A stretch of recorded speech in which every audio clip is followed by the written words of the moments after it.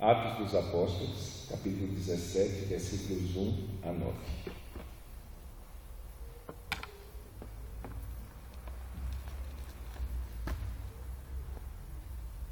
Está escrito.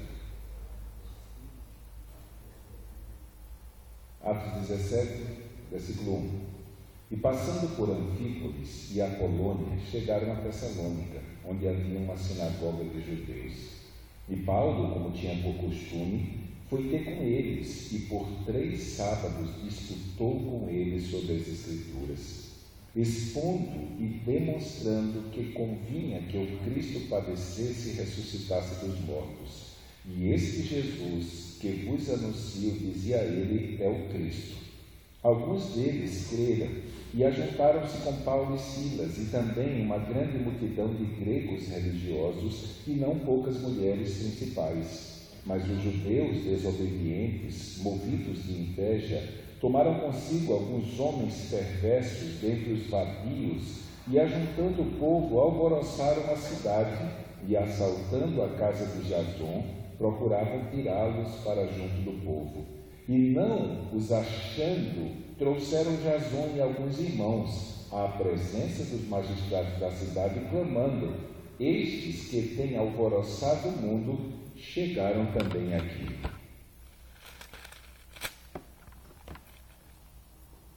Os quais Jason recolheu, e todos estes procedem contra os decretos de César, dizendo que há outro rei, Jesus, e alvoroçaram a multidão e os principais da cidade que ouviram essas coisas. Tendo, porém, recebido satisfação de Jason e dos demais, os soltaram. Vamos orar. Pai amado, nós queremos colocar a nossa vida diante de Ti nessa noite. Queremos pedir que o Senhor seja conosco. Que venhamos aprender, Senhor, com a vida do apóstolo Paulo e com essa obra maravilhosa que o Senhor realizou na vida dele, Senhor. Ó Deus, pelo poder do Teu Santo Espírito, Senhor, a fim de que aqueles, Senhor, por quem o Teu Filho morreu na cruz para salvar, eles fossem alcançados e trazidos para o Teu reino, trazidos para a Tua igreja, Senhor, trazidos para o Teu povo, Senhor. Por isso, nós queremos Te agradecer nessa noite, porque esse mesmo poder que alcançou os irmãos naquela época, esse mesmo poder alcançou a nossa vida. Esse é o motivo de estarmos aqui, Senhor, por termos a consciência de que a obra de amor realizada por intermédio do Teu Filho para com as nossas vidas, Senhor, ela nos alcançou, Senhor, ela nos perdoou, nos purificou e está transformando, Senhor, a nossa vida, a fim de que no final da nossa jornada Te encontremos não mais de maneira corrompida pelo pecado, Senhor, mas de maneira perfeita. Por isso, queremos Te agradecer por essa obra e porque sabemos que a Tua palavra assim diz, que a obra que o Senhor começou, o Senhor vai completar. Por isso, recebe o nosso louvor e nos ajuda, Senhor, a tirar dessas verdades que lemos aqui, dessa narrativa, princípios que possam nos ajudar, Senhor, a fazer a Tua obra de maneira mais íntegra aos Teus olhos, Senhor. Ó Deus, fazer a Tua obra usando os instrumentos que o Senhor colocou nas nossas mãos para que sejam usados para a glória do Teu nome. Por isso, vem ser com a minha vida, vem ser com a vida dos Teus filhos, nós te pedimos em nome de Jesus. Amém. Uma das coisas que nós temos repetido nos últimos estudos é que Lucas ele tem sido muito breve nas suas narrativas. Aquilo que ele já deixou claro no início do livro, ou nas passagens anteriores, ele simplesmente voa por cima, sem contar detalhes de como as coisas aconteceram, como sucedeu determinados fatos. E nesse sentido, no primeiro versículo do capítulo 17, nós temos um período de tempo relativamente longo, sendo resumido em um único versículo. Hoje eu estava dizendo para Benjamin em casa: eu quero te chamar para a gente fazer uma caminhada. E ele disse: pai, não vai correr não, nós vamos fazer uma caminhada. Nós vamos pegar um dia aqui de manhã, cedinho, vamos colocar uma mochilinha nas costas com lanche e água e vamos caminhar daqui lá para o sítio do Ricardo. Vamos até Morrinhos do Sul caminhando. E ele olhou para mim mas são 60 quilômetros. A gente lê o primeiro versículo, até parece que Paulo foi fazer um passeio, né? Ele saiu de Santa Rosa, foi até Sombrio, de Sombrio foi para Gaivota, e de Gaivota foi para Santa Fé, lá para qualquer lugar mais pertinho, e pregou. Só que É uma coisa absurda aqui o percurso, né? Porque de uma cidade, um exemplo, ele diz que passou por Anfípolis. De Filipos para Anfípolis são 50 quilômetros. De Anfípolis para Apolônia são mais 50 quilômetros.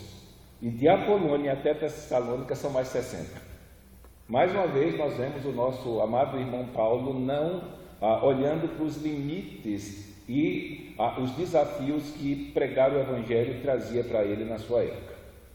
Nesse sentido, isso normalmente ele iria caminhando, era a praxe, né? Eles não iam. Alguns estudiosos, eles tentam advogar a tese de que possivelmente numa dessas viagens aqui ele deve ter ido a cavalo, mas normalmente os apóstolos faziam essas viagens a pé.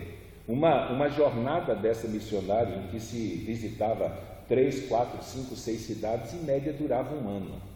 Então não era um tiro curto, principalmente naquela época, viajando por regiões desérticas, com todas as dificuldades e perigos que se tinham, caminhando, enfrentando, dependendo do período do ano, 50 graus ao meio-dia na sombra, 0 grau à noite. Então, a parte das dificuldades com perigo de ladrões, com perigo de pegar enfermidades, como foi aquele caso lá da febre malária, ou outros perigos que eles iriam encontrar, até perigos de animais selvagens que iriam encontrar no caminho, ou a exemplo de Paulo, quando estava em Malta, ser picado por uma víbora, uma cobra, era uma das cobras mais venenosas que existiam na época. Os estudiosos dizem que era coisa de 30 segundos para o cara começar a inchar, a ter convulsão e cair duro no chão e morrer com a picada daquela cobra que mordeu Paulo. E aí o povo ficou esperando lá, tinham acabado de dizer que porque ele foi mordido pela cobra, ele deveria ter feito algo muito ruim, que Deus estava castigando ele. E aí esperam 1 minuto, 2, Paulo não cai duro no chão morto, ele diz, não é um rebelde, não é um pecador, é um Deus. E aí já mudaram a perspectiva de Paulo por causa do fato dele não haver morrido. Então, era uma obra bastante perigosa, além do fato dele estar entrando no mundo gentílico, que diretamente, boa parte, não tinha conhecimento do reino de Deus e tudo mais. Então, aqui nós temos um registro de Lucas da viagem, só que ele condensa isso. Nós já vimos esses percursos, em parte, sendo detalhados em outras viagens. Então, não foi uma caminhada de um dia, não foi uma caminhada de 2 dias. Então, aqui eles passaram vários dias caminhando. Para você ter uma ideia, naquele trajeto de Jerusalém para Damasco, que tinha 240 quilômetros, normalmente eles levavam uma semana para chegar. Então aqui possivelmente foi uma caminhada de 2, 3 ou até um pouco mais, dependendo da condição do tempo e da região. Então nesse sentido Paulo sai de Filipos e aí caminha para Tessalônica. Mais uma vez não existe nenhuma citação de que ele parou para pregar nessas cidades, né? Isso deixa a gente assim um pouco confuso, né? Porque existiam pessoas perdidas naquelas cidades. Existiam pessoas que precisavam ouvir o Evangelho, mas simplesmente em algumas cidades, Paulo ele passa como se todo mundo fosse salvo. Não há nenhum registro assim direto. Possivelmente houveram convertidos nessa cidade por força da pregação exercida pelos nossos irmãos que se converteram em Tessalônica, mas nós temos observado isso na segunda viagem, que existiam lugares que eram propícios para que a pregação do Evangelho fosse exercida, fosse executada, mas simplesmente os apóstolos passam por lá e não há um só registro de que eles pararam para dar atenção a alguém para pregar o Evangelho. É como se eles estivessem indo apressadamente a fim de chegar diretamente no destino que não estava programado. Agora, pensando na estratégia de Paulo, e aqui nós vemos Paulo foi um estrategista missionário, e a maneira como Paulo exerceu a obra missionária tem servido de indicação para nós hoje estabelecermos essa realidade de como a obra deve ser feita, não é? Basicamente, normalmente a igreja evangélica ela começa por um caminho contrário ao de Paulo. Ela segue as pisadas de Jesus, só que Paulo não seguiu as mesmas pisadas em termos de estratégia missionária. Quando Jesus realizou a sua obra, se você tiver cuidado de ler os evangelhos e ir marcando as cidades onde Jesus parou e passou um bom tempo lá, e for para um mapa e pegar um atlas geográfico daquela época, você vai ver claramente que a maior parte do ministério de Jesus Cristo foi exercido em cidades insignificantes. Não apenas a execução do ministério, mas também o seu próprio nascimento. Belém não era essa cidade na época que Jesus nasceu. E aí ele sai de Belém e vai para Nazaré. Pior ainda, o pessoal diz, os estudiosos da época, que Nazaré não tinha nem no mapa naquela época, de tão pequena que era. Sai de lá, vai para Cafarnaum e aí por diante. Então, Jesus, ele simplesmente exerceu o seu ministério nos lugares menores, nos lugares mais distantes, nos vilarejos, à exceção de Jerusalém. Mas aqui Paulo não. Paulo, ele escolhe os maiores centros.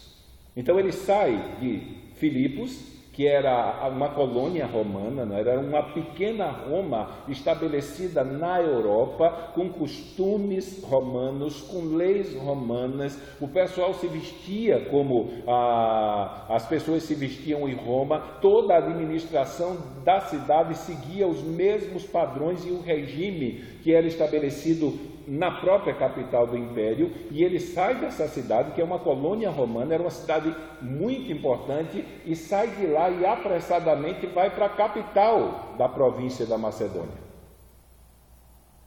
Nós dizemos que Filipos era a cidade mais importante, assim, pelo fato dela ser o elo de ligação entre o império e a Europa. Era uma colônia romana fora dos limites ou dos arredores de Roma. Mas aqui, a cidade de Tessalônica, ela era a capital da província da Macedônia. Era como se fosse um estado, e nesse estado ali estava a cidade que era a capital daquela região, ou como se fosse um pequeno país, e ali estava a capital do estado. Então Paulo, ele se dirige para lá. Na mentalidade de Paulo isso é perceptível, e isso já foi perceptível lá em Atos dos Apóstolos. Existiam pelo menos listados lá 14 nações naquele grupo de judeus que ouviram a pregação de Pedro. E o que aconteceu? Esses judeus, quase 3.000 que se converteram, não eram todos de Jerusalém. Pelos próprios nomes daqueles que são citados na igreja, um exemplo, os 7 diáconos, eles não eram judeus de Jerusalém, todos eles tinham nome grego. Então, nesse sentido, são citados os nomes, possivelmente eles foram prosélitos gentios que se converteram ao judaísmo e vieram para Jerusalém para a celebração da festa, e aí ouviram Pedro, creram em Jesus Cristo, e aí quando eles voltaram para as suas cidades, eles pregaram o Evangelho. Um exemplo claro disso nas Escrituras é a igreja de Roma. Ninguém sabe quem foi que pregou primeiramente em Roma. Uma coisa nós sabemos, não foram os apóstolos, apesar de existir uma tradição católica para tentar defender a ideia de que Pedro foi o primeiro papa que colocou Pedro lá pregando para Roma e fundando a igreja. Isso não existe em termos de história da igreja. Possivelmente, quem pregou primeiro em Roma, e a partir dessa pregação a igreja foi constituída e instituída lá, foram aqueles de Roma que são citados na pregação do Pentecostes. Então tinham também os de Roma que estavam lá, vinham vindo para a festa, e aí possivelmente eles voltaram e pregaram o Evangelho. E essa é a grande marca, né? A conversão produzia novos pregadores, né? Mesmo essas pessoas não tendo uma igreja local para congregar, não tendo um pastor direto para ensinar a eles como eles deveriam se portar, mas eles sabiam a mensagem do Evangelho, sabe? O coração do Evangelho eles sabiam, e aquilo que eles ouviram, isso sim eles pregavam, né? Não foram chamados, como nós vamos ver hoje à noite, para inventar uma mensagem. É complicado quando nós pegamos uma pessoa cristã que não prega o Evangelho e perguntamos para ela por que ela não prega, e ela diz, porque eu não sei o que eu vou dizer. E aí nós desconfiamos da conversão dessa pessoa. Uma pessoa que se diz cristã e diz que não sabe o que vai dizer para pregar para o não cristão, ela está simplesmente afirmando a sua condição de não cristã. Porque se ela é cristã, é porque ela se converteu a Jesus Cristo ouvindo uma mensagem. E o que é que a Bíblia exige? Que ela pregue essa mesma mensagem. Ela não precisa inventar, não precisa maquiar, não precisa florear, não precisa, usando o neologismo, imunitar a mensagem, não precisa. Ela só precisa dizer aquilo que está escrito. E a partir daí a obra do Espírito Santo não é mais nossa.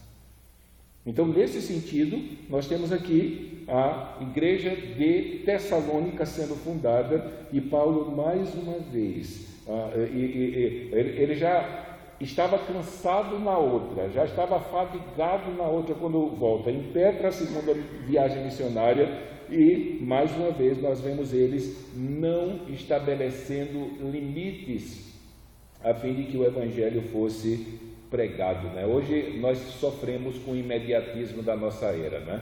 De preferência, eu trabalhei numa igreja, fazer as contas aqui, 96, 97, e estávamos querendo fazer uma campanha missionária no bairro. Na verdade, eu trabalhava lá só para evangelizar e para pregar, né? O resto a liderança da igreja cuidava. E nesse sentido, fizemos uma reunião para fazer um avanço missionário, e os irmãos queriam saber, eu já contei para aqui, o que se deveria pregar. E eu fui dar o plano da salvação, e simplesmente, quando o primeiro ponto era dizer para o ímpio que ele é um pecador, e porque ele é um pecador, ele está perdido e não pode fazer nada para se salvar, o curso acabou, o projeto acabou, porque eles não queriam dizer para as pessoas isso. Eles não queriam dizer para uma pessoa que ela era pecadora, porque isso ia magoá-la e ela não ia mais para a igreja, se fosse convidada. Então eles preferiam maquiar ou omitir algumas verdades contidas, porque eles, achando-se mais sábios que Deus, acreditavam que se podasse a mensagem do Evangelho ia ser mais fácil as pessoas se converterem. Mas não é assim que acontece no livro de Atos. Não é assim. Então Paulo, ele sabia o que tinha que pregar, ele sabia o que tinha que anunciar, ele sabia o que tinha que dizer, não porque ele criou a mensagem, mas porque a mensagem, em primeiro plano, foi dada por Jesus Cristo. E nós já vimos isso quando analisamos os 4 sermões do livro de Atos. Eles seguiam a mesma instrução que Jesus havia dado lá em Lucas capítulo 24, versos 44 a 47. Então, se alguém quer saber o que tem que pregar para um ímpio, só é ler Lucas 24, 44, 47. Todo o esbocinho da mensagem está lá. Nós falarmos da vinda de Cristo, da vida de Cristo, da morte de Cristo, da ressurreição de Cristo, da sua ascensão e da sua chamada ao arrependimento, a fim de que o pecado do pecador seja perdoado, e perdoado do seu pecado ele receba da parte de Deus, por causa da obra de Cristo e merecidamente pela fé, a vida eterna. Então essa é a mensagem do Evangelho. Uma vez eu estava partilhando isso com uma pessoa, e quando eu disse para ela que ela só tinha que dizer isso, ela olhou para mim e fez: mas isso é muito sem graça. E Paulo diz que sem graça é para os que perecem, para nós não, é o poder de Deus. Foi essa mensagem simples, mas poderosa, que alcançou a nossa vida, transformou a nossa condição e está transformando a nossa vida até o dia de nós encontrarmos com Deus. Então aqui foi uma viagemzinha longa, né? Imagine, se eu for dizer isso para minha esposa, ainda bem que ela não estava aqui, né, na hora que eu falo isso. Ela já está olhando ali curiosa, mas eu disse que eu vou convidar Benjamin para a gente fazer uma caminhada longa. E daqui para a casa do Ricardo até, são 60 quilômetros. Paulo viajou 160 aqui. E lá, quando ele saiu de Pafos e foi para Icônio, viajou mais 160. E viajou mais 160 também, lá de Perge até Antioquia da Pisídia. Foi 240. Então, nesse sentido, não era uma vida fácil, né? Hoje a gente tem dificuldade de ir de carro. Se propõe de avião, a pessoa ainda acha ruim, porque tem que fazer ponte aérea e esperar no aeroporto, mas naquele tempo não. As vidas perdidas eram mais importantes do que a comunidade, então valia a pena o sacrifício. Então, versículo 1, uma viagemzinha de 160 quilômetros, contada em um versículo. E parece que ele está passeando, né? E passando por Anfípolis e Apolônia, chegaram a Tessalônica, onde havia uma sinagoga de judeus. E aqui é a prática de Paulo, né? Sempre que ele chegava numa cidade, ele procurava uma sinagoga, porque como judeu, isso constituía-se uma porta aberta para que a primeira pregação do Evangelho fosse feita. Lembre-se que em Filipos não tinha sinagoga, possivelmente não haviam 10 prosélitos, 10 homens convertidos ao judaísmo. Então, para que uma comunidade judaica, uma sinagoga fosse estabelecida numa cidade, era necessário que pelo menos 10 famílias constituíssem o núcleo dessa sinagoga. 10 homens deveriam ser convertidos ao judaísmo. Então, como em Filipos não tinha, aliás, pela construção do texto, dá a ideia que não tinha nenhum homem judeu convertido na cidade. Haviam apenas aquelas mulheres que eram tementes a Deus e que abraçaram o judaísmo como religião, e elas se reuniam na beira do rio para estarem fazendo suas orações no sábado, e isso abriu a porta para Paulo lá. Aqui, mais uma vez, nesse texto vai falar, e faz-se a distinção, não é, das mulheres. Ele fala que existiam judeus, existiam prosélitos, porque eram os homens, e muitas mulheres. Então as mulheres, elas aderiam ao judaísmo, elas se tornavam tementes, abraçavam o judaísmo como religião e se reuniam juntamente nas sinagogas para aprender a palavra de Deus, porque elas haviam estabelecido a mensagem do Antigo Testamento, a lei de Moisés, os salmos e os profetas, como princípio de fé. Então Paulo não muda a sua estratégia. Se não tem sinagoga, aí sim ele se utiliza de outro meio. Ele vai quebrar isso lá em Atenas. Então, em Atenas, por força de toda aquela condição de idolatria que havia, então Paulo ele vai lá e prega para os filósofos. Ele vai participar desse debate, e mais adiante ele chega numa cidade e ele prega simultaneamente para os dois, para os judeus e gentios. Mas, via de regra, é a prática de Paulo. Ele procura uma sinagoga e ele vai lá pregar. Então, o apóstolo Paulo chega em Tessalônica, encontra uma sinagoga e começa a sua pregação. Uma coisa que nos chama a atenção aqui é que Paulo, ele chega na sinagoga e ele se detém por várias semanas.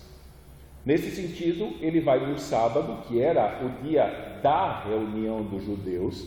A sinagoga estaria lotada tanto de judeus como de prosélitos, que eram homens que não eram judeus, mas que haviam aderido à religião judaica como religião.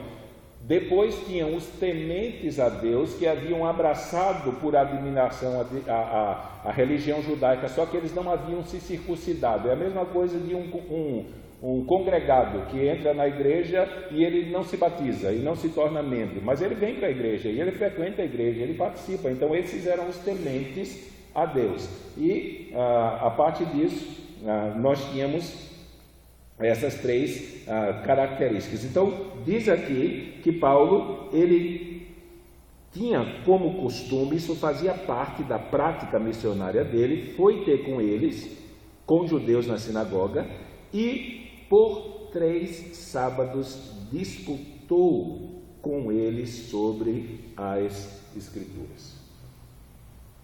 Então, nesse sentido, quando nós olhamos para a obra que Deus estava fazendo através da vida do apóstolo Paulo, nós vemos claramente que Paulo, ele prega Jesus Cristo a partir das Escrituras. Então, o fundamento da pregação de Paulo é as Escrituras. Ele não pregava, como diz o Dr. Hernandes Dias Lopes, o reverendo, ele não prega filosofia grega nem política romana, não prega a tradição dos anciãos e nem ensina os dogmas dos rabinos fariseus. Ele não tenta maquiar ou transformar a mensagem a fim de se tornar agradável aos ouvintes, tentando trazer eles para o reino. Hoje em dia nós não temos tanto esse problema aqui, mas não é anormal nós vermos as pessoas pregando no púlpito princípios da psicologia ao invés das Escrituras. Não é anormal nós vermos o púlpito ser usado para pregar mensagem de autoajuda e não as Escrituras. Ou pregar conceitos que não são condizentes com a perspectiva do reino. Um exemplo, o movimento G12, como surgiu, o encontro com Deus, aplicava, em nome de revelação do Espírito Santo e tudo mais, princípios de psicoterapia, musicoterapia, budismo, e tudo isso maquiado com uma cara de espiritualidade. Ou como as neopentecostais fazem, ao invés de pregar as Escrituras, elas adequam o seu culto a princípios pagãos, revestindo eles de uma roupagem cristã, ou seja, tem procissão, oriundo da tradição católica, aquele pessoal passando por debaixo do manto, tocando coisa, isso vem de onde? Vem do catolicismo romano. Ou você está em casa e o dito cujo pastor lá manda você pegar um copo de água e fazer uma oração energizante e tomar, porque quando você tomar a energia da água vai lhe curar. E aí, de onde é que isso vem? Vem do Espiritismo. Então a gente começa a ver e, se bobear, vai lá para o baixo Espiritismo por causa de sal grosso, folha de ramo ou de sei lá o que, para você varrer a sua casa para expulsar os maus espíritos, e essa coisa toda. E aí você se depara com uma situação em que você contempla aquela situação várias e várias vezes e procura um momento só em que as Escrituras são pregadas e não há nenhum resquício de pregação da Bíblia, nem de Jesus Cristo, nem do pecado, nem do perdão dos pecados, nem de salvação. Por que motivo? Porque essas pessoas colocaram na cabeça que é possível ajudar Deus. Que o que Deus mandou a gente dizer e pregar não é suficiente. Aquilo é muito chato, é muito forte, machuca, entristece. E aí eles tentam maquiar a mensagem para tornar ela agradável aos ouvidos e ao paladar dos ouvintes. Paulo, quando escreveu para Timóteo, ele falou desse tempo e dessas pessoas que querem correr atrás de pregadores que amenizem a dureza da mensagem e das exigências que ela faz para o pecador. Paulo diz para Timóteo: seja sóbrio, sofre as aflições e cumpre o teu papel de evangelista. Pregue, pregue, pregue e pregue. Seja insistente, não importa se os outros estão pregando o que o povo quer ouvir, não, pregue, pregue o Evangelho.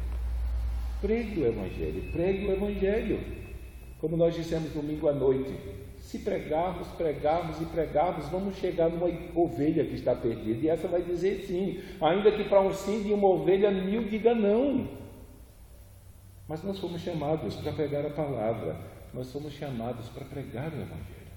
Então, quando temos a oportunidade de pregar, não devemos ficar preocupados em mudar, em maquiar. E Paulo era conhecedor de todas essas coisas. Ele poderia até utilizar essas coisas como introdução para chegar num ponto e dar o bote, mas ele não fazia isso. Ele tinha plena consciência que somente o Evangelho de Jesus Cristo tinha poder para transformar a vida do pecador. E aqui, especificamente nessa cidade, em Tessalônica, Paulo centraliza a sua mensagem a partir de 2 verdades bíblicas. Ele tem um propósito com seu discurso, com sua análise das Escrituras. Primeiro, ele quer apresentar o Messias como servo sofredor, apresentado no Antigo Testamento e que havia sido rejeitado por Israel. Israel não aceitava a ideia de um Messias que iria sofrer e morrer, porque eles estavam há tanto tempo subjugados ao governo de um império pagão, naquela época o romano, e se você puxa 500 anos para trás, da época de Jesus, estudando a história dos hebreus, você vai descobrir que em poucos momentos o judeu poderia dizer: eu estou livre. Mas ele se tornou subjugado ao governo e ao domínio de impérios pagãos por 500 anos, e eles queriam e ansiavam que o Messias viesse como um Davi, como um Moisés, que por sinais e prodígios libertasse o seu povo, ou como Davi, como um rei enérgico, criasse um exército em Israel e marchasse contra o Império Romano e subjugasse, vencesse o Império Romano e tornasse o Império pagão escravo deles. Mas essa ideia de um Messias que teria que vir, sofrer e morrer, não estava nos planos deles. E Paulo aqui, ele faz questão de enfatizar isso, pregando para os judeus. Que o Messias que veio, ele veio e teve que sofrer. E esse Messias, o enviado de Deus, que veio para sofrer, ele se chama Jesus. O Messias é Jesus de Nazaré. aquele que os judeus mataram, que essa foi o teor das primeiras 3 pregações que culminaram com o veredito de que os judeus assassinaram, eles mataram o Messias que foi enviado por Deus para salvar eles. Então aqui Paulo, ele chega, vai para a sinagoga, por 3 sábados ele expõe, ele apresenta a mensagem das Escrituras acerca de quem Jesus Cristo é. Então essas 2 realidades se tornaram marcas da pregação de Paulo, e dentro dessa mensagem estava a morte e a ressurreição de Jesus Cristo, que a gente vai ver mais adiante. Então uma coisa nós vemos aqui, ele não se utilizou de uma única maneira para pregar. Paulo, nessas 3 semanas, ele simplesmente se utilizou de métodos diferentes de apresentação da verdade. Ele não chegou simplesmente num púlpito como esse e realizou a sua exposição e a sua apresentação da mesma maneira. Ele se utilizou de várias maneiras, ou se, como diz o Matthew Henry, vários métodos para estar pregando o Evangelho, e nesse sentido, Paulo ele tem uma consciência muito clara acerca do que deve ser enfatizado e por que deve ser enfatizado. O que Paulo diz em Romanos capítulo 12 é interessante. Ele diz: rogo-vos, pela compaixão de Deus, que apresenteis os vossos corpos em sacrifício vivo, santo e agradável a Deus, que é o vosso culto racional. Então, nesse sentido, quando vamos pregar o Evangelho, nós devemos levar a sério a realidade que Deus fez nós, seres humanos, seres inteligentes, que pensam, que raciocinam e que chegam à conclusão. Então, quando pregamos o Evangelho, nós devemos pregar de maneira tal que a capacidade que Deus deu a cada um de nós de aprendermos conhecimento, processarmos esse conhecimento, chegarmos a uma conclusão, funciona. Não sei aqui no Sul, né? Porque o que a gente ouve mais das pessoas quando tenta ensinar uma coisinha mais profunda: pastor, eu tenho uma mente muito fraca, a minha cabeça é fraca. Então aqui eu não sei como é que isso funciona. A desculpa é que não aprendeu porque tem uma cabeça fraca, mas isso não é bíblico. Nós somos criados à imagem e semelhança de Deus, e nesse sentido, basicamente, mais limitada, a autoconsciência foi comunicada ao ser humano, e é uma das coisas que nos distingue do restante da criação. Em toda a criação de ser vivo, nós somos os únicos que temos a capacidade de, a partir de um celular desse aqui, nós fazemos um tablet, ou um qualquer coisa aí, iPad, iPod, ou seja lá o que for, mas você dá a matriz para o homem e ele tem a capacidade de analisar isso aqui, dizer: olha, se eu fizer dessa maneira, vai ficar melhor. Nenhum animal tem isso. E todos nós que somos seres humanos temos. Então, nesse sentido, se Deus nos deu uma razão para pensar, então a pregação do Evangelho deve ser um apelo para essa razão. Deve ser um apelo para a sabedoria e a inteligência que Deus deu aos homens. E as palavras usadas aqui no versículo seguinte deixam claro que Paulo estava tentando de todas as maneiras convencer a razão dos ouvintes de que Jesus Cristo era o Messias, era o prometido, era o Salvador, e isso diretamente para os judeus. Então, Paulo não se utiliza de expedientes místicos para tentar convencer as pessoas. Aquele tipo de apelo de final de culto neo-ortodoxo, né? Olha, se você sentiu Deus tocar no seu coração e falar no seu coração, isso aqui não existe para Paulo, nem para mim. Porque se você pregou o Evangelho de maneira clara e tem um ser racional na sua frente, ele é responsável por isso. Então você tem que dizer para ele: meu amigo, eu aconselho você a se converter, porque se você morre sem dizer sim para esse Salvador, você vai se dar de mal para pior. Porque na verdade a intensidade de castigo na eternidade é pela luz recebida. Todos que morrerem sem Cristo serão castigados, mas aqueles que tiveram o privilégio de ouvir a pregação do Evangelho, endurecer os seus corações e virar as costas, eles vão sofrer mais açoites. O tormento deles será muito pior. Então, nesse sentido, o apelo é um apelo para a razão, não um apelo para o sentimento. Se Deus tocou no seu coração, e aí o que é que acontece? vem um cidadão que passa 20 anos vindo na igreja, morre quando chega lá na porta, isso é uma figura, tá? Isso não é bíblico. Chega na porta lá querendo entrar no céu, não, você não pode, você vai para o inferno. Não, mas eu nunca senti no coração de entregar a vida a Cristo, então a culpa não é minha.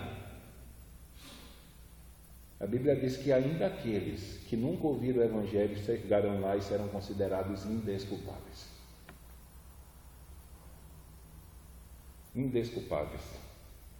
Eles serão condenados.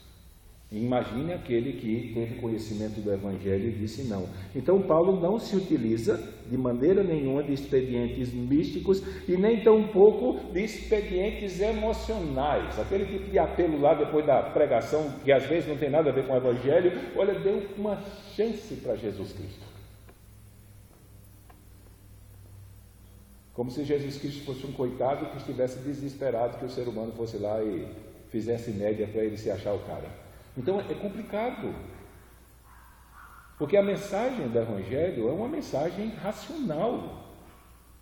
Nós não podemos compreendê-la e aceitá-la racionalmente. Agora, que a nossa pregação deve ser um apelo para a razão dos ouvintes, pelo fato deles haverem sido criados à imagem e semelhança de Deus, ainda corrompidos e terem a capacidade de julgar entre aquilo que está sendo dito e aquilo que não está sendo dito. Então Paulo dirige a sua argumentação e a sua pregação à mente deles. Ele apela para o entendimento deles. E nesse sentido, nós precisamos aprender com Paulo. Para falar sobre Jesus Cristo como o Messias e para testificar que esse Messias enviado é aquele Jesus histórico que veio há cerca de 2000 anos atrás, esteve no meio dos homens, pregando e falando sobre o reino de Deus, Paulo simplesmente ele gasta um tempo considerável. Se você for estudar as cartas, a gente descobre que ele passou mais de 3 semanas. Lucas faz esse relato aqui que por 3 sábados ele foi lá, mas pelo fato de haver 2 citações do Novo Testamento nas cartas de Paulo, que pelo menos 2 vezes a igreja de Filipos mandou oferta para ele e que ele teve que passar um tempo lá trabalhando para ter o seu próprio sustento. Então ele passou um tempo considerável na igreja de Tessalônica, sem que em nenhum lugar das Escrituras isso seja estabelecido o tempo real. Mas o que Paulo fez aqui é o contrário do que o movimento liberal faz, né? Para quem faz o curso, vocês já estão acostumados com essa nomenclatura. O movimento liberal é um movimento teológico que defende a ideia de que ele é influenciado pela ideia do iluminismo lá, do racionalismo e do cientismo e do empirismo. Eles estabelecem que uma coisa só pode ser determinada como verdade se ela passar pelo crivo da razão, da ciência e da experiência. Então, nesse sentido, como você, um exemplo, não pode colocar manifestações sobrenaturais, um milagre, e compreendê-lo e explicá-lo racionalmente, então milagre não existe. E comunicação de Deus, o Criador, algumas áreas até defendem a ideia de Deus, mas é aquele deísmo, né? Deus se aposentou, está lá em cima, só criou e deixou as coisas pelas leis naturais. Mas não existe uma intervenção, um relacionamento, uma comunicação de Deus com os homens. Não existe presença de Deus no meio do seu povo e nem tampouco o socorro de Deus para com ele ou a voz de Deus sendo falada através das Escrituras, da sua palavra escrita. Então o que os liberais dizem? Que tudo isso que nós temos acerca do Jesus do Evangelho foi produto do misticismo e da crendice supersticiosa do povo do Novo Testamento, da época do Novo Testamento, que inventou histórias acerca de um judeu chamado Jesus, que um dos teólogos influenciados pelo liberalismo diz que a única coisa que tem nos evangelhos que de verdade aconteceu foi que ele morreu por Pôncio Pilatos. Então ele morreu condenado lá em Pôncio Pilatos. Tirou isso do evangelho, tudo é mito, tudo é superstição, tudo é crendice inventada pela igreja para dar razão à sua fé. Então, o Jesus histórico é um, o Jesus dos evangelhos é outro totalmente diferente. Isso é fácil ver se você prestar atenção no discurso de um padre. A Igreja Católica hoje é liberal em sua teologia. Então, quando um padre vai falar do Jesus do Evangelho, você pode isso é básico. Ele vai dizer que ele é, do Evangelho, o Cristo da fé. Porque o Cristo da fé é diferente do Cristo verdadeiro. Então a ideia é, não importa se é verdade ou não, se trouxe benefício para você, então creia. Essa é a história do liberalismo. Tanto que o Rodolfo Bultmann era um liberal que foi influenciado pelo liberalismo, mas ele dizia que se admirava como um livro cheio de erro, de mito, de superstição e de crendice, ainda assim Deus falava com o homem através dele. Então, tudo que se fala acerca desse Jesus, que é Filho de Deus, que é o Verbo, que fez milagre, o movimento liberal diz que nada disso é verdadeiro, nada disso foi histórico. Aí na pregação de Paulo segue um caminho diferente. Todo o discurso, todo o trabalho evangelizador dele aqui na sinagoga de Tessalônica tem como propósito mostrar que o Jesus da história é o mesmo das Escrituras. Não existe dois Cristos. Não houve um Jesus a parte daquilo que está escrito dele nas Escrituras Sagradas ou no Evangelho. E nesse sentido, a pregação de Paulo deixa claro que esses conceitos defendidos pelo liberalismo estão todos errados. Então aqui, nesses versículos nós vemos algumas palavras, ou mais especificamente alguns verbos que nos mostram esse esforço de Paulo para tentar convencer a razão dos judeus de que o Messias teria que vir para sofrer e que esse Messias que veio para sofrer e através do seu sofrimento resgatar o seu povo, lembra de João capítulo 10, o bom pastor que tinha que dar a vida pelas ovelhas para as ovelhas entrarem no aprisco e se tornarem um rebanho de Deus. Então os judeus não aceitavam isso por força da esperança de libertação do jugo do Império Romano. Mas aqui existem 4 verbos que são aplicados aqui a esse texto, que deixa claro o processo de argumentação de Paulo para tentar convencer os seus ouvintes de quem Jesus era de verdade e a obra que ele veio realizar. Primeiro, no versículo 2,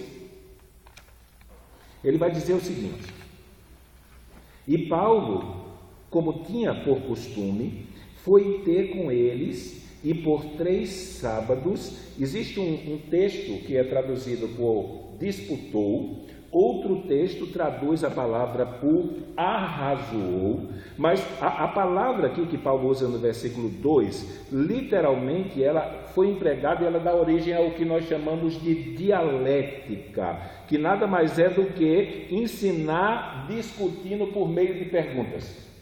Então, a primeira coisa que Paulo fez com eles foi levantar uma série de questionamentos acerca de Jesus Cristo e aquilo que ele afirmava sobre Jesus Cristo, tendo como base as Escrituras. E quando essa palavra Escrituras é usada, ele está fazendo relação ao Antigo Testamento. Nós temos um livro de doutrina, que é o Catecismo Maior. O Catecismo Maior ele foi estabelecido já depois da Reforma Protestante e ele debate e ensina a doutrina bíblica a partir de perguntas, começando com qual é o fim principal do homem. E aí a resposta vai ser glorificar a Deus e gozá-lo para sempre, ou seja, de glorificar a Deus com a sua vida e ter toda a alegria da sua vida depositada no seu Criador. E aí, por todo o livro, eu não sei quantas perguntas são, tu lembra, Neidinho?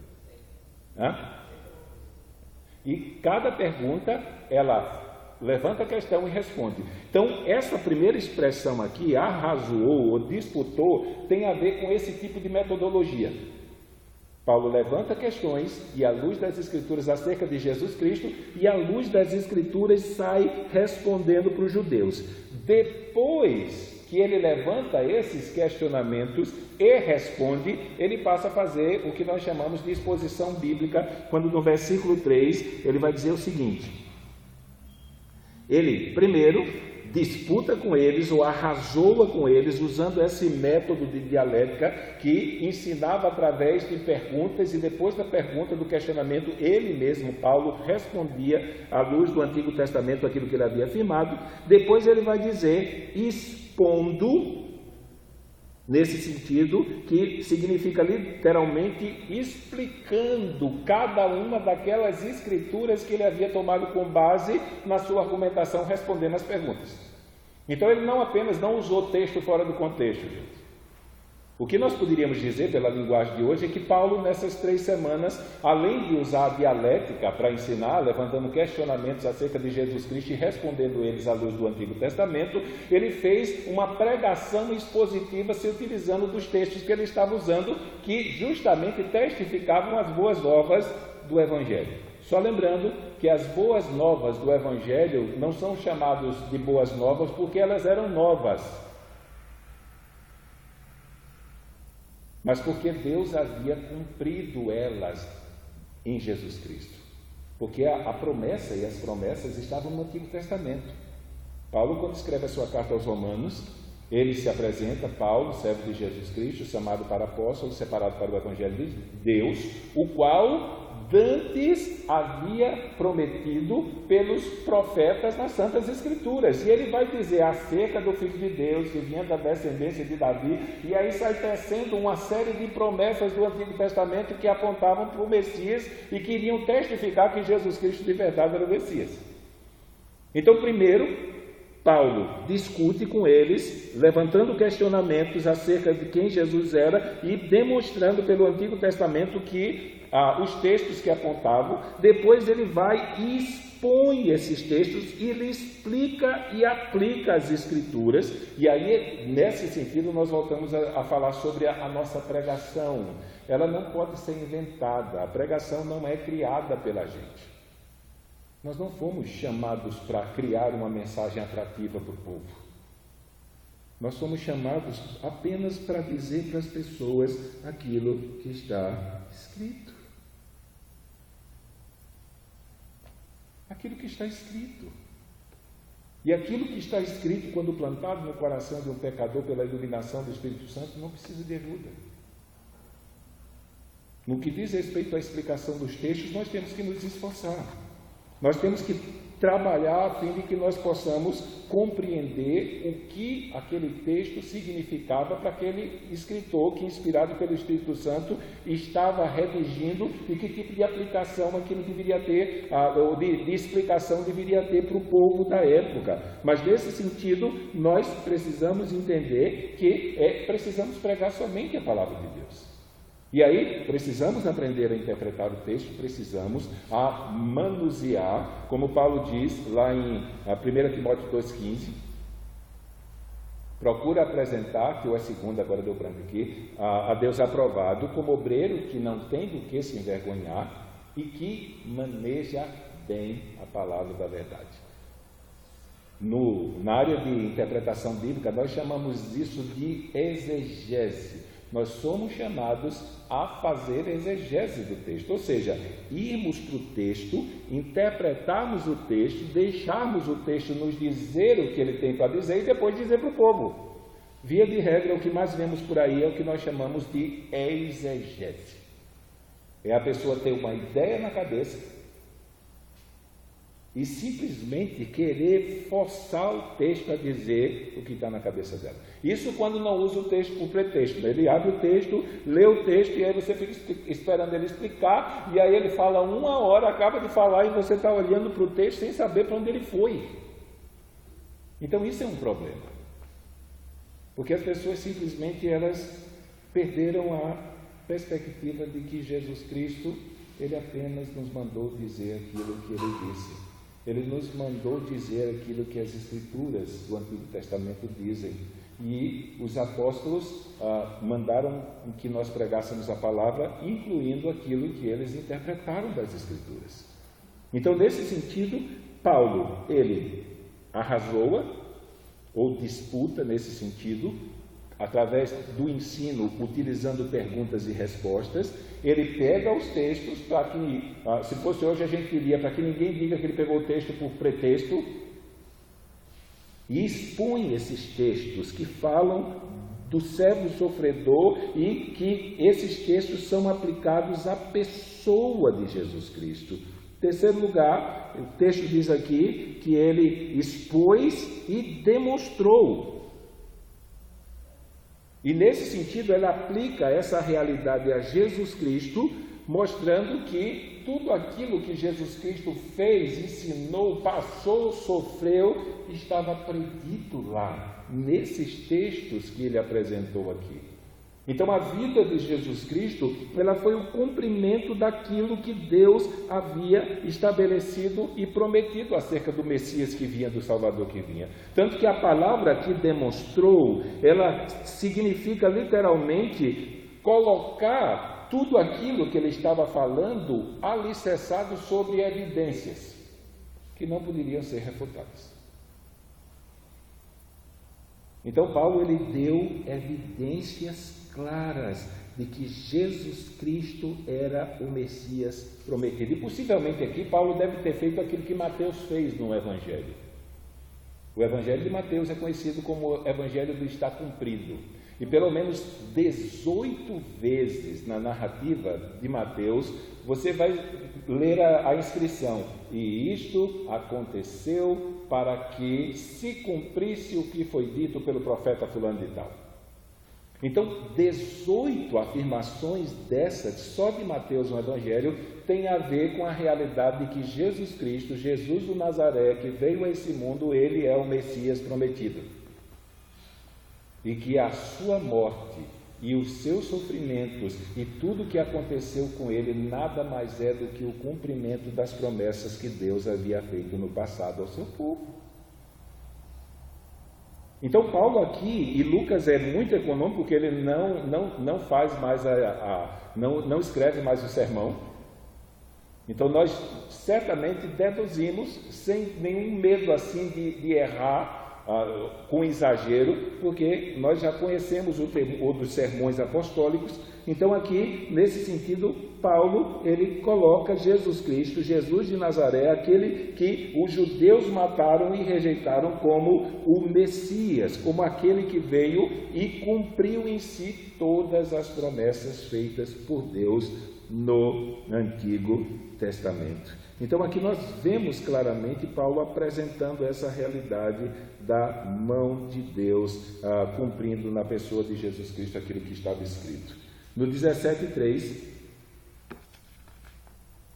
ou melhor, no 17:4 existe a última expressão que diz aqui, vamos ler do 2. Paulo tinha por costume, foi ter com eles e por 3 sábados disputou com eles sobre as Escrituras. Disputou no sentido de responder às questões que ele levantava acerca de Jesus Cristo, dando ênfase ao servo sofredor e a Jesus de Nazaré como esse servo, expondo e demonstrando, explicando e mostrando e dando evidências de quê? Demonstrando que convinha que o Cristo padecesse e ressuscitasse dos mortos. Então, nesse sentido, o teor da mensagem tinha a ver como fundamento principal o fato de Jesus Cristo, o Messias, haver morrido e ressuscitado. Os irmãos já estão em conhecimento disso. Haviam aparecido vários homens no reino de Israel se apresentando à nação como Messias. E eles tiveram seguidores. Quando Gamaliel foi defender os apóstolos, quando quiseram matar eles, ele fala de 2 homens desses, um tal de Judas e um tal de Teudas, que se levantaram, arrebanharam um grupo de seguidores, mas eles morreram e o povo se dispersou, a seita se acabou, não precisou se fazer nada, e aí se dispersou todo mundo e a religião do Messias falso acabou. E ele termina o seu discurso dizendo que se é uma obra de homens, vai acabar, não precisa os judeus mansar o sangue, ou ter o sangue daqueles homens sobre si para prestar conta a Deus.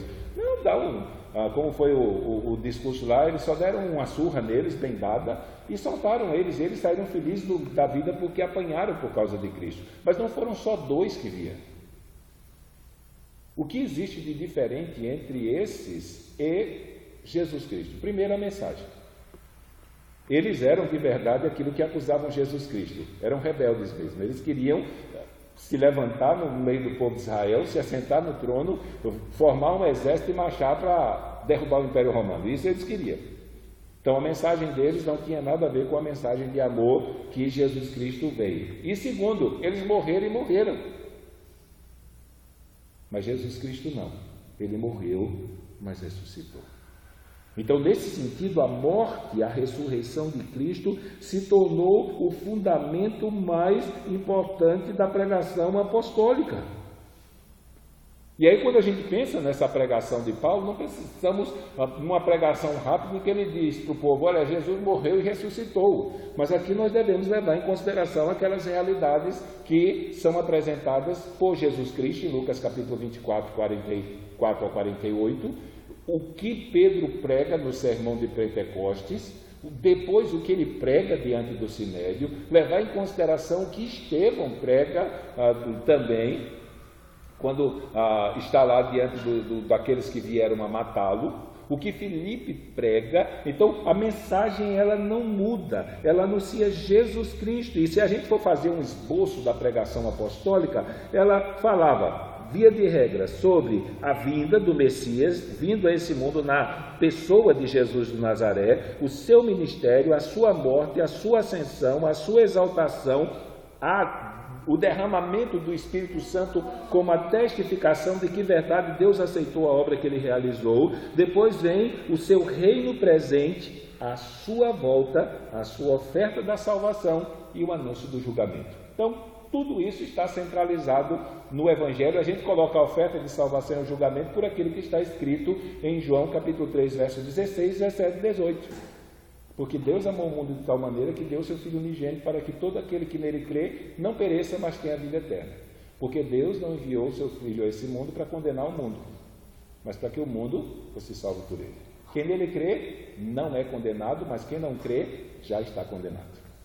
Então, nesse sentido, a mensagem do Evangelho, ela engloba todas essas realidades, conduzindo aquele que crê a uma entrega, uma rendição, não apenas a Cristo como Salvador, mas Cristo como Senhor da sua vida. Então, nesse sentido, em primeiro lugar, nós vemos Paulo fazendo essa realidade, Paulo utilizando de métodos distintos para apresentar a mensagem do Evangelho. Falamos isso porque ele utiliza dialética, perguntas e respostas, utiliza-se de exposição de texto e exposição bíblica para convencer os judeus daquilo que eles estão querendo. Segundo lugar nesse texto que nós vimos é que Paulo, ele não mudou a mensagem. Não mudou. Nós temos uma mensagem para pregar. Nós vamos aprender durante todo o curso da nossa vida uma série de verdades contidas nas Escrituras que vão ser utilizadas pelo Espírito Santo para santificar a nossa vida. Mas para a salvação de um pecador nós só temos uma. Nós não podemos pregar santificação para perdido. Não podemos fazer morto andar. Não adianta você discutir doutrina com descrentes. Já viu que coisa terrível? Tentar expor para ele como é que o cristão deve viver, ou tentar exigir de um não convertido que ele seja convertido a pulso, não dá. Não adianta. Primeiro tem que receber a vida, para depois ela se manifestar. Então, para uma pessoa não convertida, a nossa mensagem é Jesus Cristo. E esse morto e ressuscitado pelo pecador, a fim de que pelo seu sangue derramado na cruz ele tenha o seu pecado perdoado, purificado e possa receber gratuitamente a vida eterna. Então Paulo, ele não mudou a mensagem. Ele não chegou lá na cidade de Tessalônica, que era uma mega cidade, ensinando os 7 passos para a prosperidade financeira. Não foi ensinar para ímpio como ele enriquecer, tentando extorquir Deus. Na verdade, o Deus da teologia da prosperidade é um Deus corrupto. Não existe nenhuma diferença do Deus da teologia da prosperidade para os deputados, senadores corruptos e políticos espalhados por aí. Porque ele se vende em troca de benefício para o povo. Isso não é o Deus das Escrituras. Não é. Então Paulo não chegou em Tessalônica, já que era uma cidade grande e o povo tinha em parte uma vida confortável. Ele foi pregar para as pessoas que eles poderiam ter uma vida melhor, se tinha bens mais bens, ou como foi aplicado no Brasil, se não tinha nada, ia se encher de bens, e aí não foi essa a mensagem de boa notícia do reino de Deus para ele, nem tampouco ele pregou como usar a sua fé para fazer milagre. Paulo não se utilizou desses artifícios, tentando ensinar as pessoas a manipular Deus a seu bel prazer, como são os ensinos da confissão positiva, que deram origem à doutrina da teologia da prosperidade. Mas Paulo, ele centralizou a sua pregação, como ele fez em Coríntio, em Cristo. A pregação de Paulo, ela foi cristocêntrica, como nós falamos. Ele falou sobre a morte e a ressurreição de Jesus Cristo, e isso se constitui o fundamento da mensagem cristã. Paulo mesmo disse na carta aos Coríntios: se Cristo não ressuscitou, vã é a vossa fé. Então a nossa fé, ela só existe, as nossas convicções só existem, a nossa esperança só existem por causa da obra que Jesus Cristo realizou. 2 motivos eu quero dar aqui. Primeiro está em 1 Coríntios capítulo 15, verso 3. Paulo diz que Cristo morreu pelos nossos pecados. Foi para nos libertar da condição que o pecado nos imputou diante da lei de Deus, que ele morreu. E segundo, em Romanos capítulo 4, verso 25, ele deixa claro que ele ressuscitou para a nossa justificação. A obra de Cristo completa e testificada, carimbada, autenticada pela ressurreição, foi para que eu e você, pelo menos a palavra justificação tem relação à salvação conferida gratuitamente e merecidamente ao pecador, sem que isso dependa de qualquer obra feita por ele, mas pela obra realizada por Jesus Cristo completamente. Então essa obra completa de morte como sacrifício e de ressurreição para testificar que Deus aceitou o sacrifício é o fundamento da nossa fé. O reverendo Hernandes, ele vai dizer que é a essência do querigma apostólico, ou seja, da pregação apostólica. Cristo morreu e ressuscitou, e por isso o pecador pode ter esperança. Pedro deixa isso claro na sua pregação, capítulo 2 de Atos, verso 22 ao 24, na sua pregação de Pentecostes, ele apresenta Jesus Cristo como esse que morreu e ressuscitou, e o próprio Paulo, no capítulo 13, verso 26 ao 31, ele deixa isso claro, ele resume essas verdades também no seu sermão. Então, a mensagem, ela precisa falar sobre Jesus Cristo e a obra que ele realizou pelos pecadores, a fim de que esses pecadores tenham a vida eterna. Algumas coisas isso traz à nossa mente e que são importantes. Primeiro, que não há evangelho onde a cruz de Cristo é banida. A pregação do evangelho é a pregação da cruz.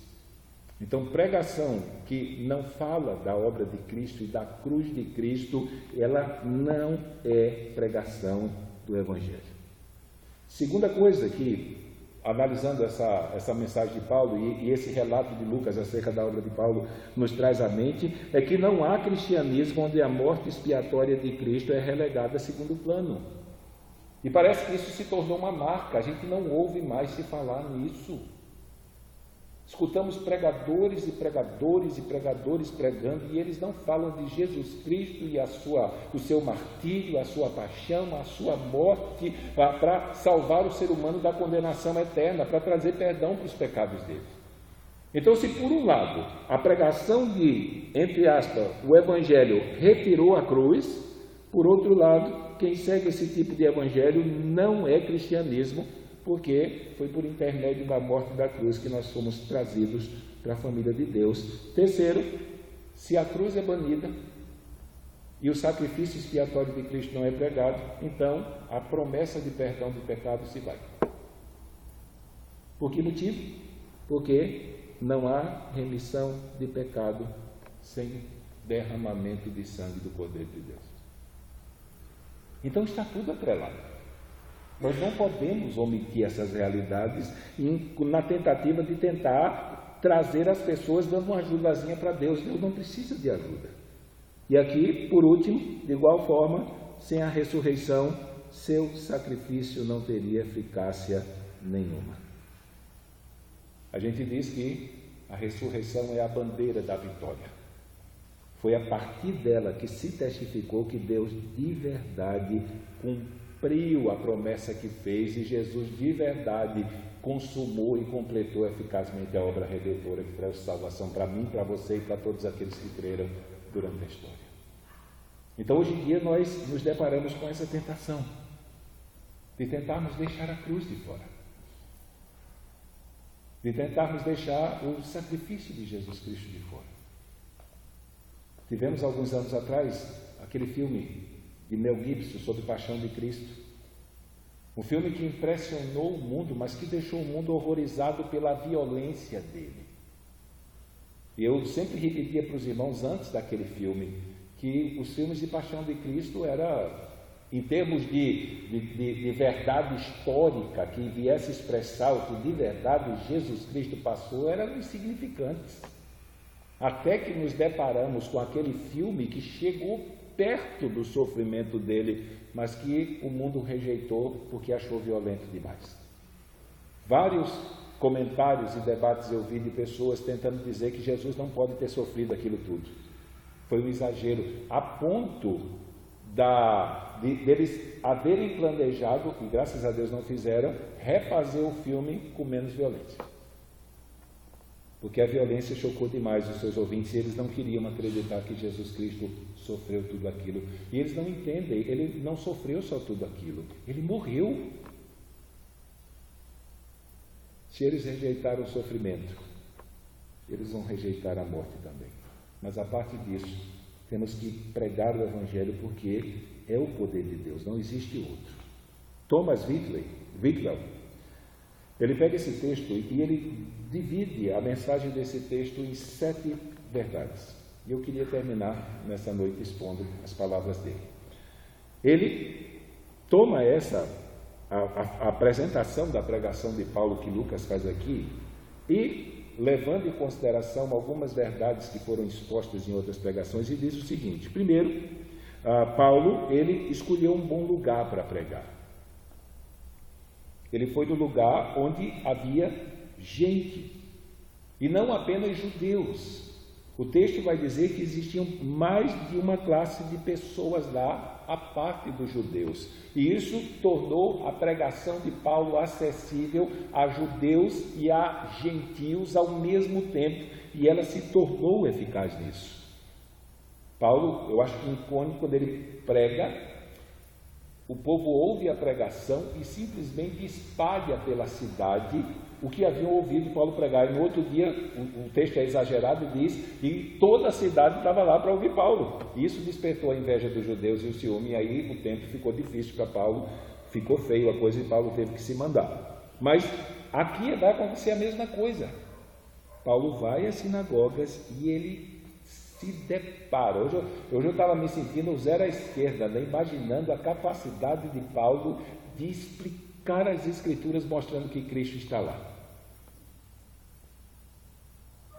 E eu olhando, se fosse eu, coitado.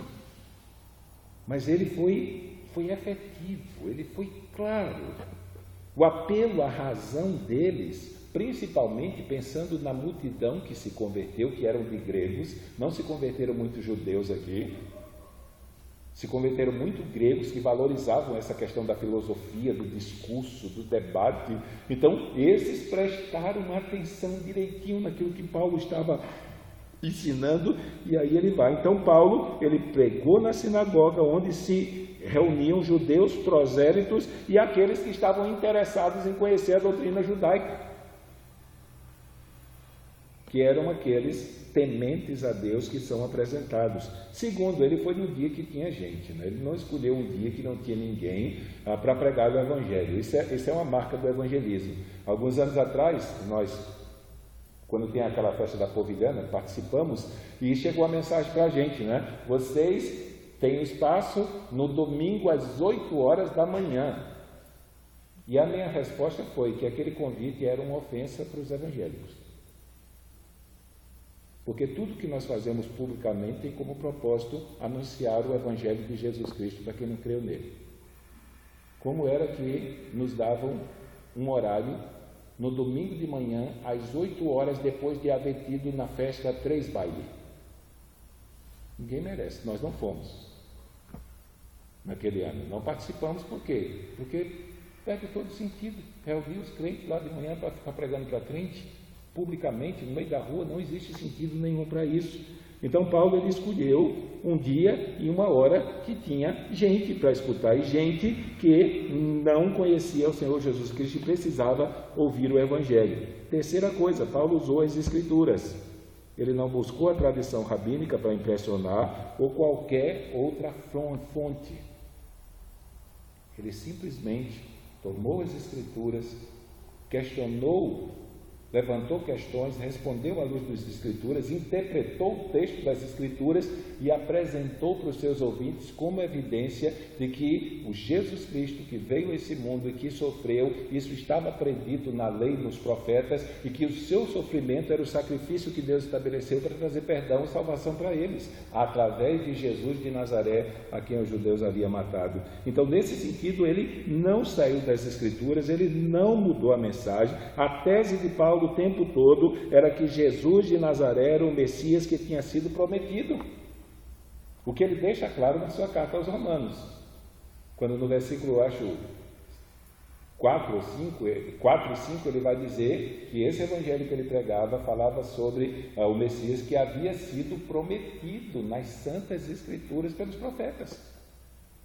E ele apresenta a realidade, mostrando que Jesus Cristo, como descendente de Davi, era candidato a ser esse Messias enviado. Então, a tese dele é que Jesus de Nazaré era o Messias, que é contrário àquilo que o liberalismo nos impõe hoje. Terceiro, o método que ele usou foi o apelo à razão. Ele apelou para a razão. Então, se você prega para uma pessoa, não diga para ela se você sentiu.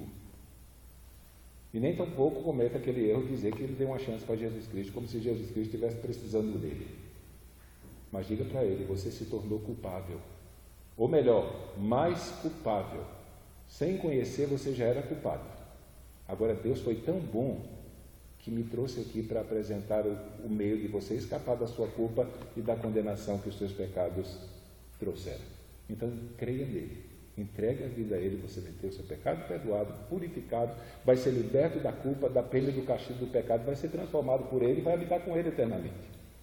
Mas para isso você precisa aceitar essa mensagem, se arrepender dos seus pecados e vir. E isso é um apelo à razão. Você pegar as Escrituras e confrontá-lo com as Escrituras e mostrar aquilo que as Escrituras dizem acerca da sua condição sem Cristo, porque sem Cristo não existe esperança para ninguém. Sexto, a prova. Paulo mostrou que era necessário que o Messias sofresse e ressuscitasse dentre os mortos, para que se cumprisse tudo aquilo que havia sido prometido. E aí você pega essa mensagem, que fala do Messias que foi prometido, do Messias que foi morto, ressuscitou, e Paulo por 3 semanas apresenta essa mensagem simples, sem precisar maquiar, florear, acrescentar, torná-la mais bonita, mais saudável, mais doce, seja lá o que for. Ele não fez nada disso, mas o efeito foi poderoso. Poucos judeus se converteram, isso é evidente aqui. A gente vai tocar nesse assunto a semana que vem, a partir do versículo 5. Mas uma coisa é certa, lá na frente vai estar escrito que uma multidão de gentios se converteram. Porque Paulo simplesmente disse para eles, Jesus Cristo é o Messias prometido. Ele é o Salvador. E a sua morte foi o sacrifício que Deus realizou para perdoar os pecados daqueles que crerem. E a sua ressurreição foi o carimbo que Deus deu de que Ele aceitou o sacrifício que Ele fez pela tua vida. Então, se arrependa, creia nele. Você terá os seus pecados perdoados, purificados e receberá sem merecer, gratuitamente e imerecidamente, e porque é obra de Jesus Cristo definitivamente a salvação da sua vida. Então nós vamos parar aqui. Semana que vem nós continuamos expondo mais uma vez a recompensa que o mundo de coração endurecido dá para aqueles que, fazendo bem, estão comunicando a mensagem da salvação. Então, quando o coração do ouvinte endurece, o que é que eu e você devemos esperar? Então, semana que vem a gente vai falar sobre isso mais uma vez. Então, vamos orar. Deus amado, nós queremos te agradecer, Senhor, pela tua palavra. Ó Deus, e pela clareza, Senhor, como Lucas, Senhor, ele organizou essa mensagem a fim de que nós pudéssemos, olhando para tudo aquilo que ele escreveu anteriormente, Senhor, ter uma ideia clara, Senhor, ó Deus, da maneira como Paulo se portou, Senhor, os métodos que ele usou, o que ele de verdade explorou nas Escrituras, a fim de anunciar para aqueles pecadores perdidos a tua salvação. Por isso, pedimos que o Senhor nos ajude a olhar para Paulo, olhar para o registro, olhar para a sua mensagem e nos fazer entender de verdade que nós não precisamos inventar, não precisamos florear, não precisamos acrescentar nada. Nós só precisamos dizer para as pessoas o que o Senhor disse que era para nós dizermos e o Senhor vai fazer o resto. Nos faz acreditar nisso, Senhor, que nós só precisamos pregar a Tua palavra e que o resto o Senhor faz. Nos livra da tentação de querer acreditar que métodos humanos, Senhor, modelos de crescimento, invenções que são estabelecidas em Teu nome, vão fazer o efeito que a Tua palavra diz que só o Evangelho pode fazer. Mas a parte dessas coisas todas, que o nosso coração somente crê que o Evangelho é o poder de Deus para a salvação. E sem o anúncio do Evangelho, não há esperança de salvação para ninguém. Por isso, que o Senhor seja com a minha vida, Senhor, e me ajude a compreender mais e mais essas coisas e a perseverar nisso. Ajuda os teus filhos e filhas que estão aqui. E também ajuda aqueles que não estão aqui, Senhor, que muitas vezes, por não aprenderem essas coisas, se embaraçam com os erros dessa vida. Por isso, vem ser com eles e ajuda eles também. Nós te pedimos em nome de Jesus. Amém? Amanhã não temos curso, só avisando. Quinta-feira, senhoras normal, para o Senhor.